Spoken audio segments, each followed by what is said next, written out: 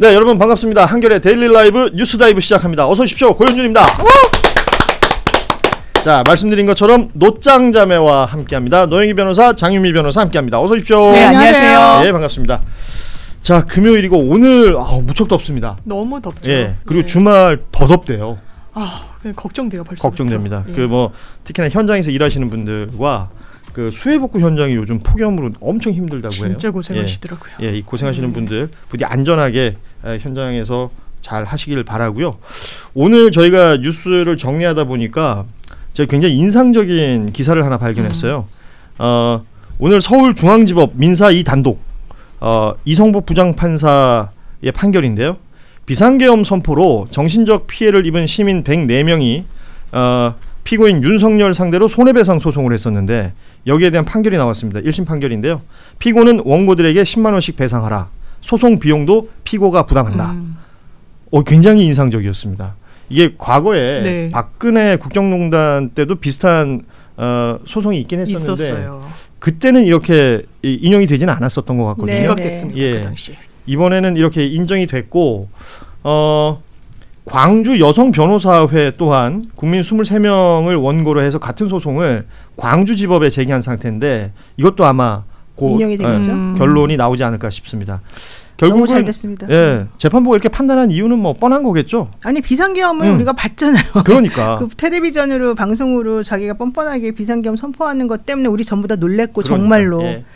이거는 지난번 박근혜 때하고는 좀 차원이 달라서 당연히 이제 정말 잘 판단해 주신 것 같은데 이제 문제는 항소하겠죠 상대방이. 그러겠죠. 네. 네. 그리고 또 이제 막 대법원까지 계속 끌겠죠. 그러는 사이에 이자는 좀 늘어나겠죠. 그리고 난 다음에 돈을 딱 받으려고 하면 집행하기가 어렵겠죠. 그렇죠. 본인 앞으로 된 재산이 없다 뭐 어쩌고 저쩌고 하면서 그러니까 미리 또 보전 조치를 취해야 되는데 예. 이 사건이 그 사건 아닌가요? 그때 윤석열 씨한테 소송을 제기했더니 윤석열 씨가 담보 제공해라 니네들 원고들. 그런데 그거를 아마 판사님이 안 된다 했던 그 예, 사건인 맞습니다. 것 같아요. 예. 그리고 이런 판단이 나왔으니까 네. 훌륭합니다. 이게 어떻게 돼요? 지금 이게 104명의 네. 시민들이 소송을 제기했던 거잖아요. 그렇죠. 그러면 나도 하고 싶어. 그게 되는 거죠. 저한테 오세요. 저한테. 왜냐하면 논리는 똑같은 거예요. 이 사람들이 본인이 왜 정신적인 피해를 받냐고 하면 국민으로서 받다는 거예요. 이 대한민국의 시민으로서 구성원으로서 이런 불법 계엄에 대해서 정신적 위자가 필요하다는 거는 전 국민이 사실 마찬가지거든요. 그래서 이 판결이 확정이 되면 사실상 같은 논리적 정합성 하에서 나도 너도 그렇지. 모든 국민이 예. 윤석열 씨에게 10만 원씩 받을 수가 있는 구조가 되는 거죠. 야, 이게 지금 소송 안 해도 금융 치료가 최고다라는 댓글도 있는데 그러네요. 민생지원금의 또 다른 이름이 될 수도 있겠다라는 생각이 듭니다. 이게 결국 국민들이 얼마나 놀랬고 국민들이 얼마나 손해를 받느냐를 재판부가 판단한 거 아니겠습니까? 맞아요. 예. 뭐 10만 원이란 금액이 상징적인 금액이겠습니다만 윤석열 그에게는 분명히 죄가 있다라는 부분을 인지할 수 있는 그럼요. 그 내용이 되는 것 같습니다. 그러니까 형사적인 죄뿐만 아니라 국민들을 불안에 떨게 하고 괴롭힌 죄가 결국 인정이 됐다는 게 제일 중요한 부분인 것 같아요. 그래요. 자, 오늘도 특검 수사 내용들 그리고 기존에 있었던 윤석열 김건희 부부 관련된 여러 의혹들에 대한 언론 보도 쭉 이어지고 있습니다. 그중에서 한국일보가 단독했고 여기에 또 한겨레도 단독했던 내용이 있는데요. 한국일보 기사 제목 한번 읽어드리겠습니다. 건진, 통일교 키맨의 윤, MBC 없애려 해, 피바람도 좋아. 기사 제목이래요. 네. 예. 그러니까 통일교가 뭐 방송국 인수하려고 한다, 뭐 이게 현안이다라는 얘기가 이제 계속해서 있었던 것이고 통일교의 그 윤영호라는 세계본부장 전임입니다. 건진 법사를 통해서 청탁한 내용 중에 이게 있었다라는 건 여러 차례 알려드렸었는데 김건희 특검에서 이 내용을 집중 추궁했고요. 아시는 것처럼 윤영호 씨가 얼마 전에 또 조사를 받았기 때문에요. 이 과정에서 MBC 내년에 없애려고 하는데 강경하게 밀어붙이시라. 좌파 방송과 여론은 잘 다스려야 한다. 지금은 검찰, 경찰 모두 동원해서 법치로 가야 한다. 공포정치도 좋으니 피바람 일으키는 것도 좋다. 뭐 이런 얘기들이 오갔다는 겁니다. 여기에 이제 한겨레는 조금 더 확인했던 내용, 이게 문자 메시지를 주고받았던 내용을 확인했다고 그랬는데 그냥 단순히 방송사 인수 이게 아니라 김건희를 위한 보수적인 언론사가 필요하다라는 내용이 들어가면서 YTN 인수를 청탁했다. 이 내용까지 나온 거예요. 이건 이제 구체적인 내용이니까 이건 뭐 거기서도 반박 못 하겠죠. 아니 그러니까 뭐 이거는 뭐 증거가 지금 나온 그렇죠. 상황이고 MBC도 없애야 된다 뭐 이런 얘기를 했다고 지금 그러니까요. 그러는데 이게 정말 방송이라고 하는 것을 사적으로 이렇게 자기 마음대로 혹은 자기에게 유리하게 하도록 했다. 더 중요한 건 실제 그 이후에 YTN이 넘어갔다는 거죠. 그렇죠.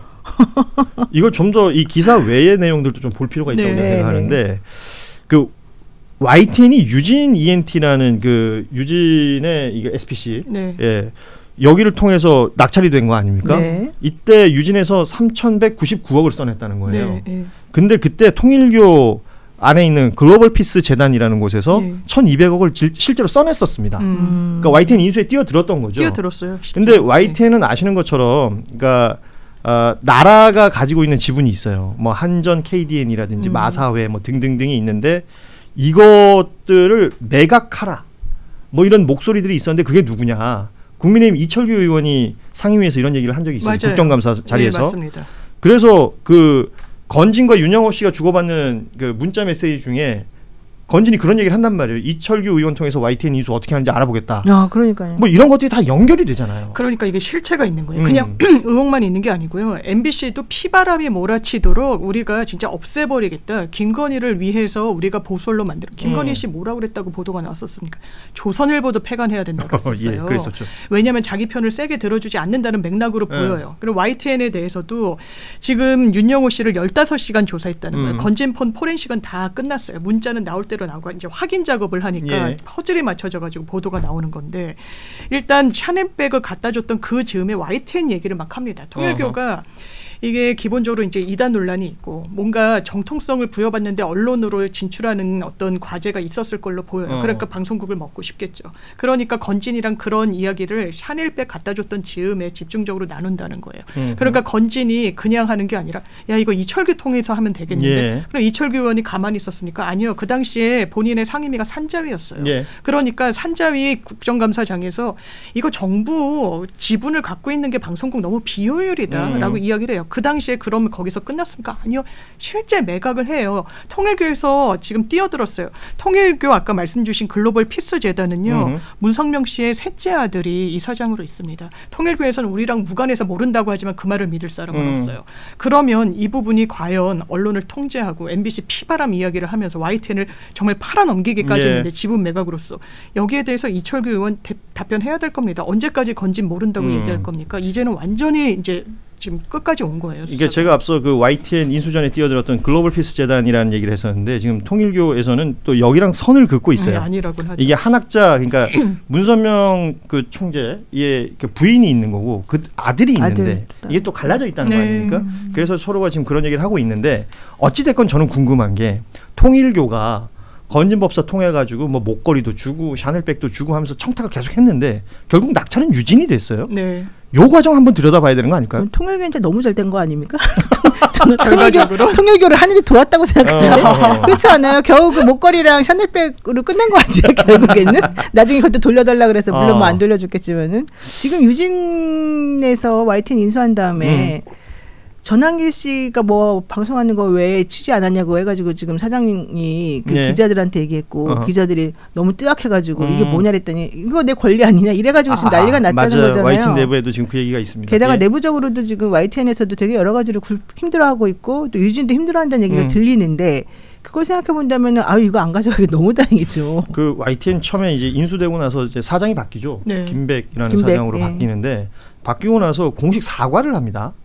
맞아요. 바이든 날리면 뿐만 아니라 이제 관련해서 보도들을 YTN에서 기존에 해왔던 내용들에 대한 사과를 하는 상황이 있었고 당시 YTN 노조는 굉장히 격렬하게 반발했었는데 지금 이런 상황들 전반적으로 보자면 뭔가 정권 입맛에 맞는 방송을 해야 된다라는 생각을 가졌던 사람들이 있는 것 아닌가. 당연히. 그리고 그 의도를 숨기지도 않았어요. 실제로 MBC는 방문진 해가지고 사장 교체하려고 얼마나 애를 썼습니까. 사실 그 내부 구성원들이 그 와중에 어떤 마음가짐으로 임했어요. 우리 프로 없어지겠구나 이렇게 했던 거 아닙니까. 그걸 의도했었고 감추지도 않았고 이제는 증거가 나오고 있다. 게다가 어쨌든 TBS도 사실 없어진 거나 마찬가지잖아요. 진짜 몇 년 동안 아무것도 못하고 있으니까 그렇게 보면 이 사람들은 어디가 키인 거를 잘 아는 거예요. 그러니까 언론이 자기에 대해서 우호적인 말을 해주어야지만 자기가 괜찮아진다는 걸 너무 잘 알고 이걸 이용하려고 했다는 거. 게다가 그걸 다 아는 의원들이나 이런 사람들이 다 여기 동의하고 동조했다는 거.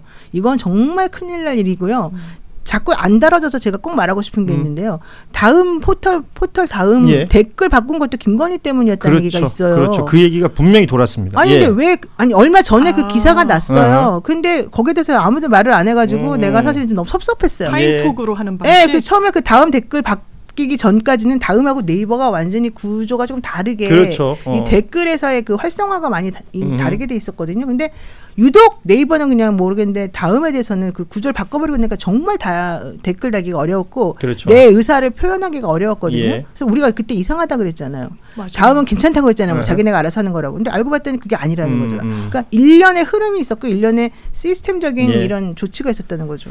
자, 특검에서 이 내용들을 들여다보고 있고 YTN 인수 과정을 그 당시에 공기관들의 매각을 주도했던 게 이제 3일 회계법인인데 이곳에 대한 압수수색도 네. 며칠 전에 진행이 된 바가 있었습니다. 이 내용도 후속 보도 나오면 저희가 전해드리고, 자, 지금부터는 또 한겨레 단독 중에 하나입니다. 윤석열 정부 시절에 경호처가 주도해서 그러니까 관저가 아니고요, 대통령 집무실에 그렇다. 사우나를 만들었다는 거예요. 난 이게 처음엔 관저 사우나 얘기 나왔던 거 아닌가 이러고 봤는데 이게 관저가 아니라 집무실이에요. 그러니까 두 군데다가 다 설치했다는 거예요. 네. 그리고 무엇보다 인상적이었던 건 당시 경호처장 김용현 처장일 때인데, 그러니까 집무실에 사우나를 만들려고 했겠지. 네. 그래서 이제 견적을 받았는데 처음에 이 해당 업체, 지금 이 한겨레가 취재했던 업체는 4,500의 견적을 냈다는 거예요. 부가세 별도로. 4,500 견적을 냈더니 그때 김용현 처장이 그런 얘기를 했다는 겁니다. 야, 현금으로 좀 싸게 안 되겠니? 너무 없어 보여. 3천만 원 줄 테니까 이걸로 퉁치자. 네. 그러니까 이게 무슨, 예전에 나 동대문 가서 옷 살 때 우리 그랬던 엄마가 것 그래서 같은데. 좀 부끄러웠던 적이 있어 몇 번. 어찌됐건 이렇게 얘기가 되고 엄마가 업체는 3천만 원 준다. 아니 3천만 원 그런 게 아니라 동대문 이런 데 가서 현금으로 줄 테니까 좀 싸게 해주세요. 뭐 이런 거. 아니 그래서 이 업체는 문제가 될 것 같아서 빠지고 김용현 차장이 21g 통해서 또 다른 업체에게 맡겨서 공사를 했다는 겁니다. 맞아요. 일단 집무실에 사우나가 있다는 것도 희한한 일이고, 그리고 이게 돈을 3천만 원이면 그 돈은 어디서 나온 걸까라는 생각도 그게 들어요. 중요하죠. 네. 이게 사실은 세금 포탈 목적인 거잖아요. 왜냐하면 경호처에서 이 공사를 맡아서 했는데 결국은 공식적으로 돈이 나가는 돈이잖아요. 그쵸. 공사를 제대로 했으면 그건 문제가 될 수 없어요. 물론 사우나를 설치하는 게 맞냐 안 맞냐 이 문제는 있겠지만 사우나를 설치하도록 되어 있어서 그 돈을 지급했다면 그건 문제가 없는 건데 굳이 그렇게 안 하고 3천만 원 현금으로 줄 테니까 여기 해달라. 이거는 비밀로 하고 싶었다는 거잖아요. 그리고 실제 그 돈의 출처도 어딘지 모르고 그럼 그 돈은 사실 검은 돈이라는 얘기 아니면 특수활동비나 이런 데서 사용됐을 가능성이 높죠. 그리고 누가 간급공사를 이렇게 현찰로 합니까? 뒤가 구리니까 이런 거고 원래는 샤워실이 있었다고는 하더라고요. 샤워실 자리가 사우나가 된 거예요. 샤워실. 근데 더 약간 좀 짜증나고 꼴보기 싫은 게 그거를 샤워실을 그 사우나로 할 때 어떻게 하면 히든 도어 같이 해가지고 왜 영화 같은 데 보면 비밀의 문을 열면 이렇게 다 이렇게 사우나실이 나오는 거예요. 자기들이 하고 싶은 대로 다 했던 것 같아요. 그래서 이제 한겨레 보도를 또 보면 이게 무슨 용도였냐 했더니 VIP 건강관리용이었다고 이야기를 하는 거예요. 그러니까 아니 이게 무슨 이 망발이냐 이런 생각이 드는 거고, 아마 샤워실은 국방부 건물이었으니까 이제 거기 직원들 있을 수 있는데 그걸 이제 혼자 쓰는 방도로, 그리고 원래는 이 업체가 3천 이거 웬 말이야 이거 불법이라 우리 못해 하니까 21g으로 다 도면이고 뭐고 넘겼는데 21g도 그때 막 자기네들이 또 구설에 오르는 때니까 다른 업체로 또 넘기면서 이 정부라고 하기도 어려워. 이 정말 엉망진창이었구나 이런 생각이. 이 사람은 설계도도 뺏은 거예요. 그렇지, 그것도 사실은. 사실 그렇게 하면 안 되는 거예요. 남이 열심히 해가지고 만들어 놓은 건데 그냥 뺏어가지고 이대로 만들게 그러면 진짜 그대로 만들었잖아요. 야, 이게 사우나가 지금도 있다는 얘기가 있네요. 부수지 않았으면 있겠네요. 그렇죠, 있겠죠. 근데 뒤에 숨겨져 있겠지. 그럼 확인을 할 수 있겠네요. 정권이 바뀌었으니까. 히든 도어. 난 이게 너무 웃긴 것 같아. 그러니까 본인들도 뭔가 멋있으려나 아니면은 무슨 킬을 싶었다. 아니 그리고 지금 보니까 이 관련해서 취재했던 기자분들 얘기 들어보면 집무실 옆에 사우나가 있고 그 사우나 옆에 또 공간이 있다는 거예요. 비어있는 공간인데 거기 원래 도면대로라면 침대가 있다는 겁니다. 거기서 자고 싶어서. 보통 라꾸라꾸 같은 거 있잖아요. 사우나하고 노곤하겠지. 한숨 자고. 근데 히든도어라 그랬으니까 만약 본인이 문 닫고 들어가 있으면 밖에서 집무실이 누가 왔다 갔다 해도 안에서 무슨 일이 일어나는지 모르는 거 아니에요. 편히 셀 수 있겠네요. 참 이해하기 힘든 일들이 있었는데, 앞서 말씀드렸지만 사우나 설치 여부는 이거 뭐 지탄받을 일일 수 있는데 여기에 돈이 어떻게 움직였느냐. 그리고 김용현이라는 사람은 이 3천만 원 어디서 어떻게 조달해가지고 썼느냐. 진짜. 그리고 김용현 당시 경호처장의 그러니까 관저, 경호처에도 관저가 있잖아요. 네. 그 관저에도 이 업체가 가서 주방 인테리어를 해줬다는 거예요. 그렇구나. 몇 천만 원짜리를. 공짜로? 그러니까 그게 지금 안 나와. 그래서 그 업체가 전체 6억인가 얼마를 달라고 지금 소송을 걸고 있는데 이게 의심이 어디까지 가냐면 돈을 안 줘가지고 소송한 거잖아요. 네, 처음부터 뇌물 형태로 그냥 줬다가 일이 이렇게 되니까 알리바이용으로 지금 소송 거는 거 아니냐 이런 얘기들까지 나온다는 세금 겁니다. 처리 안 하고 이랬으면. 스크린 골프장하고 똑같은 거 그러니까요. 아니에요? 이 모든 거기 스크린 보면. 골프장도 공짜로 해주고 현대가 사실은 저기 어디서 이렇게 또 다른 거 엄청나게 큰 맞아 가덕도 뭐 공사, 신공항 관련해서. 예, 별 그랬다는 얘기가 얘기가 지금 다 나온 나오잖아요. 겁니다. 그러니까 모든 합법적인 건 없는 거예요 지금. 아 그러니까요. 예. 합법이 7천만 원 주방이래요. 주방을 뭐 엄청난 돈을 들였다고. 와. 네. 얼마나 왜 어떻게 하려고 그 주방에서 뭐 진짜. 하려고? 뭐지? 김치찌개 끓이려고? 이해하기 힘든 겁니다. 이게 본인의 집도 아니고 그 그러니까요. 자기 집도 말이에요. 아닌데. 공간에 이 돈을 들였다는 왜 게 이런 짓을 하죠? 이건 정말 이해하기 힘든 일인데 그러니까 밝혀야 될 게 한두 가지가 아니니까. 그러니까 합법을 찾는 게 더 어려워 이 사람들은. 이 사람 요새 라면 끓여 먹으려고 그랬을 수도 있어요. 내가 이거는 그냥 에피소드라서 내가 말을 안 하는데 어제 이제 그 나랑 친한 CBS의 이정주 기자가 자기가 취재했다고 다른 데 가서 말 좀 해달라고 그래갖고 내가 이정주 기자는 자신의 취재 내용을 알리고 싶은데 왜냐면 자기가 써봤자 네. 노컷 뉴스입니다 이렇게 나오니까 자기 이름을 꼭 알리고 싶대. 그래서 나보고 딴 데 가서 말을 해달래. 그래가지고 내가 들었는데 그 얘기가 이 얘기예요. 그 옛날에 김건희 씨가 봉하마을에 노무현 전 예. 대통령이 이제 그거 하러 참배로 갔었잖아요. 갔었죠. 예. 그때 그 검정색 옷을 입고 조금 이렇게 체격 몸집이 있으신 있는, 여자 예. 무슨 무용가 뭐 맞아. 필라테스 처음에는 뭐 한다고 무속인이라 그랬다가 나중에는 그 이제 여자분이랑 무용가, 같이 필라테스 갔었잖아요. 근데 강사. 그 여자분이 샌들 신고 다녀가지고 그때 와서 좀 맞아요. 문제가 됐잖아요. 그래서 이제 그 여자분하고 너무 친하고 너무너무 자기네가 정말로 그냥 호영호제하듯 막 정말 허물없는 친구라서 그 사람을 부산에 가 있는 사람을 그냥 불러가지고 갑자기 오게 했던 건데 이 사람이 라면 친구라는 거예요. 윤석열 씨와. 라면 친구? 그건 뭐야? 그러니까 저녁에 그렇게 둘이 라면을 끓여 먹는 거야. 아 이건 사실인지 아닌지 모르지만 이정주 기자가 말한 거예요. 라면을 4개씩을 끓여 먹는데 이 김건희 씨는 라면 끓여 먹는 거 싫은 거예요. 그래갖고 자기는 이 둘이서 뚱뚱하게 맨날 밤에 라면 끓여 먹어서 이렇게 뚱뚱해졌다 이러면서 화를 되게 많이 냈다는 거예요. 예. 얘기가 왜 나왔냐면 어제 그 문고리 3인방 불러가지고 조사했잖아요. 이제 그 얘기하면서 그분에 대한 설명을 이제 부가적으로 하다가 윤석열 씨가 그렇게 라면 같은 거 끓여 먹고 그렇게 휘황무 없이 노는 걸 좋아했는데 그게 너무 꼴보기 싫어가지고 화를 많이 냈다. 근데 그 사람이 그 사람이고 그 사람 옆에 있는 사람이 바로 문고리 3인방이다. 이거 설명하는 과정이었어요. 라면만 먹지 않았겠는데요. 왜냐면 라면에 소주를 마셨겠네. 먹지. 그러니까 이렇게 친구였나 보다. 붙는 거지. 그러니까 사우나가 필요하고 침대가 필요한 거죠. 소름. 그래서 그 주방 7천만 원짜리가 그런 용도로 쓰였을 가능성이 있다. 얼마나 논리적인 논평입니까? 야 이거는 정말 완벽.